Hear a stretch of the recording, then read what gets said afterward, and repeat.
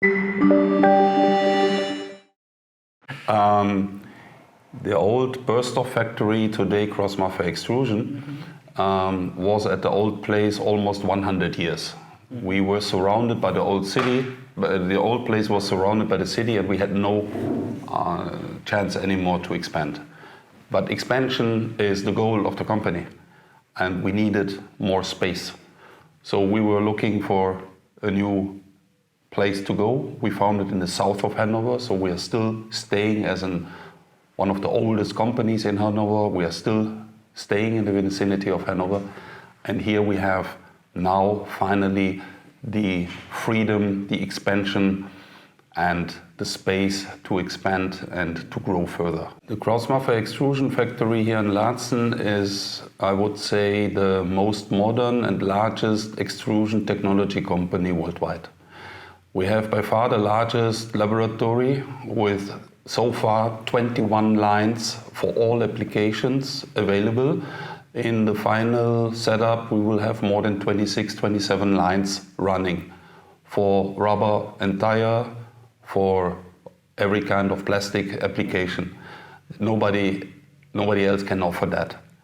What we also do is that the entire manufacturing is of world-class standard. The whole organization within the factory is world-class, means we offer highest quality and quickest delivery time with the most innovative manufacturing methods. There is probably one thing I would like to add. It is also, we have two types of visitors right here. Visitors who want to buy our stuff, which means that we visit a customer experience center where they can see all the products with which our lines can be produced. And secondly is, as soon as we have finished the discussions, we just move over the bridge, and you have an impressive view on a laboratory. That's number one. And the second type of visitors are for the commissioning, for the pre-acceptance. So it means that the machines which have been bought by our customers, they will be checked, have been installed. It is also very close to our factory. So the concept of the total factory, it is customer experience center, laboratory, installation, and at the end we have the manufacturing. So that is also a unique selling point, I would say. They not only complement, they are some reason of our success. Originated more than 125 years ago as a rubber extrusion company, we diverted in plastics already as early as in 1934. And since then, of course, plastic took a great deal up to today. However, we don't forget about our heritage. We don't forget about our innovation and our technical advantage, which we still have in rubber. But combining both technologies of rubber and plastic offered sometimes complete new fields of applications. Talk about TPEVs, the mix of a rubber and a polymer. Talking about, when we are talking about tire, sealant compounds. Sealant compounds is a mix of a rubber and liquid rubber, which can be mixed like a plastic. Nobody else can offer these two technologies out of the same company. We have them both in-house. We have both the know-how on that one. Yeah. And the third part is also devulcanization of recycling of tires by devulcanization. It can be done in a twin screw extruder. There is no other rubber extruder manufacturer who also can offer a twin screw extruder as a compounding machine. We do. So it means that the synergy between compounding extruders and rubber extruders can be applied in rubber recycling, especially devulcanization. There are three aspects what they expect. Number one is, of course, high quality. It means not only with respect to tolerances, but also with respect to availability, or OEE. It should be as high as possible. That is what we are doing. So our R&D is especially focused on having the shortest startup scrap length, and also to keep it to be the best in first-time rides. That is number one. Number two is what can our customer learn from our machines, which means there is a lot of parameters which are being recorded. These parameters will be processed by means of neural networks.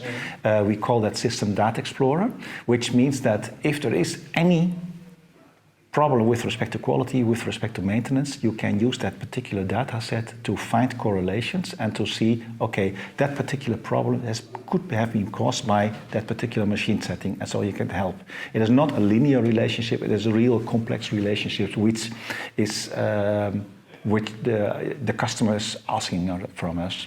And the third one is also the integration of our line control system in their local ERP systems. So that they can capture the quality data together with the mixtures which are being processed and so on. So these are the things which are being asked by our customers today.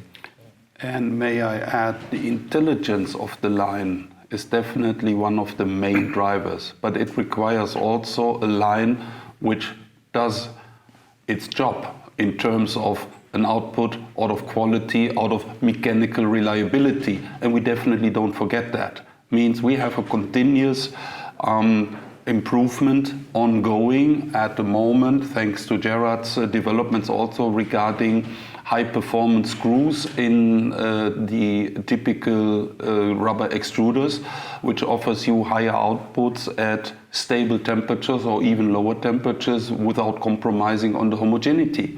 So that is definitely something which we have always continuously to work on. The optimization of the multiplex heads, the accessibility due to way more frequent changeovers which we experience today than in the past requires also some mechanical changes in the existing portfolio. That is parallel to that what we are working on.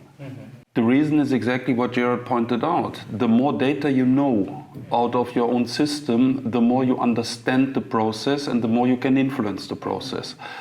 But to know about what you do, you have to understand the process first by yourself.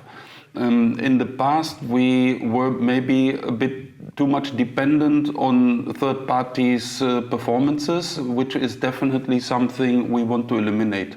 We are concentrating now together with this digitalization approach in the widest case, in an automation approach, in an intelligent control approach. We saw the need that we have to take control over the process also from a control point of view. That led to the decision that we are going to develop our own controls. It will be ready soon. And we will introduce this to the market, and that would offer what we hope some unparalleled performances regarding all the arguments said before.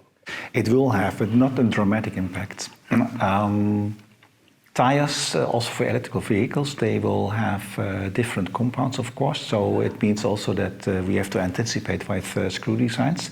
But as far as we know, especially the tires for electrical vehicles differ from the traditional vehicles by means of the reinforcement materials and also with respect to the size, where performance was a hot issue in the past, so let's say in the recent past. It will be rolling resistance, which is more important for electrical vehicles, which means other compounds, but the construction of the tire, which means the design of tread and sidewall will remain basically the same. So it means that what we see is different compounds with different processing properties. Sometimes we even don't know what is exactly in the compound. It looks black. So that is so we cannot really say something about what is the impact of let's say alternative materials. What we see is that through the years, I'm now working about 35 years in the tire industry. the innovations, they are slowly going. It does not mean that from today and tomorrow there is a one bang new compound. It means that it is slowly changing. And the most of our customers, they are in the tire business and they know very well how to process their compounds. And they simply will say, okay, we need an extruder with that particular screw, with that particular head design, and we will supply it. So we are only secondary participating in their new compound strategy. However, may I add to that? Having this innovation center available, we are open that our customers come with their newly developed compounds or their compounds which they have to process, where we optimize then their screws and their exacting extruders. Exactly. So trying to overcome or being of help with to our customers to use still the old equipment, or not the old, the existing equipment, by upgrading this with, for example, special screws made for that. The test does not have to made at the customer side. He can go on producing. Yep. We do it for him here, and then we determine that is the screw, and hopefully we offer these screws then for the existing line. It does certainly put some pressure on us, but at the other hand is also that there is one extrusion line serving 25 different compounds, which means that there's always a kind of compromise screw geometry inside of it. If we look to tire development and tire optimization, is especially also not only using different compounds, but also different ratios of different compounds within one thread. So it could be a left-right thread, it could be let's say a top and a bottom thread, and so on. That's kind of things. It means the tooling has to be changed. Most of the times it is being done by the customer himself because he has got the knowledge on that. But there, where necessary, of course, we assist our customer with that. And if the customer compromises when he wants to be first with a new development, he still can use. It does not mean that the existing equipment is not incapable to run it. It's maybe not capable to run 100%. But if he's happy to run it 80% and produce his new product, fine with that. But if this new product would become a major product, then he would start to optimize the existing lines. And that is where we will kick in then and say, this optimization we do for you, give you then the optimized screw and setup, which he can then put in. But for a short-term reaction to short-term production, to keep that upright, he definitely do this within the limits he has. Maybe not right away to 100%, but that is what we are the partner for them. Yeah. One of the most important parts is that the machine has to run 365 days per year, which means that spare parts is important, health checkups are important. We used to serve them. Also in case, well, I should let's say it in a different way. Rubber extrusion is one of the most difficult processes within the tire industry, and it is underestimated. So it means also that the process engineers and the compounders do not really know about extrusion. So they are asking for technology courses and so on. And we do that here in-house. We do it also on-site. So for instance, if there is a customer in China or in India demanding for some assistance from us, we offer that. Somebody of us will come there on-site, having classes in the morning. In the afternoon, we are doing taking trials.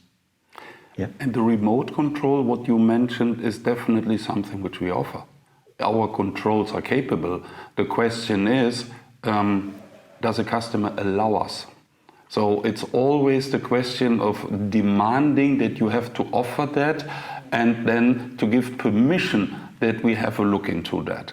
So we found that not only in the rubber and tire industry, so we found it also in the plastic industry. In case you have a problem which you need to identify, then you can temporarily open the gate, let us in, we look, we identify a problem, and can much quicker decide if it's necessary to send in a technician or only a spare part or whatever. But that continuous controlling the processes, the continuous controlling or monitoring of the existing production lines is normally something a lot of customers will simply not allow. And I can fully understand, because we would have an access to all the production data, and nobody likes to share this.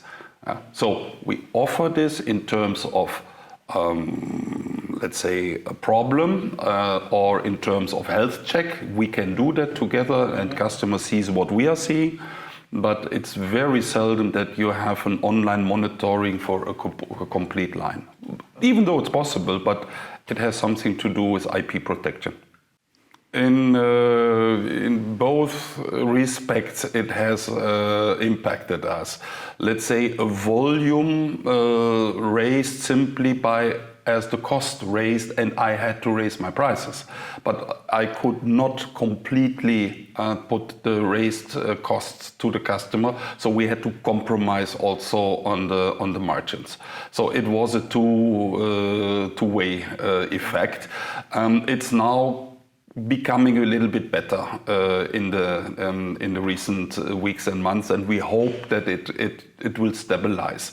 But it is that sometimes it's hard to explain a customer that we have in the short term 20-30% price increase simply because my costs were going havoc. And I had almost no influence on that one. So negotiations didn't become easier. But I have to say it's very seldom that due to this price issue a project was cancelled. It happened sometimes, but you lose and you win. My competitors are in the same situation. So that have affected us all. What it had the positive effect, you had to look to your own manufacturing method and also to optimize our own processes and manufacturing processes. That was a good push in the right direction for us. So in the long run, the customer will benefit from this crisis. I would say the challenges are not specific in the tire and rubber. It is for all the machinery maker in Europe at the moment. Competition is picking up. Good enough solutions are coming more and more. We, and specifically in Germany, we as KraussMaffei will survive only, and we will survive due to that we have the edge in know-how, the edge in quality. Maybe not in the mass business, but that is definitely not what somebody is looking for. We are going to offer complete solutions. The challenge is not selling a single extruder. The challenge is, and the advantage for us is that we are selling complete lines, complete plants, systems. So we have to be a system provider, a system solution provider, and not that much in a single machinery supplier. And that is what we are definitely concentrating on. Yeah, and it is not only selling machines, but it is solving the production problems in our customers.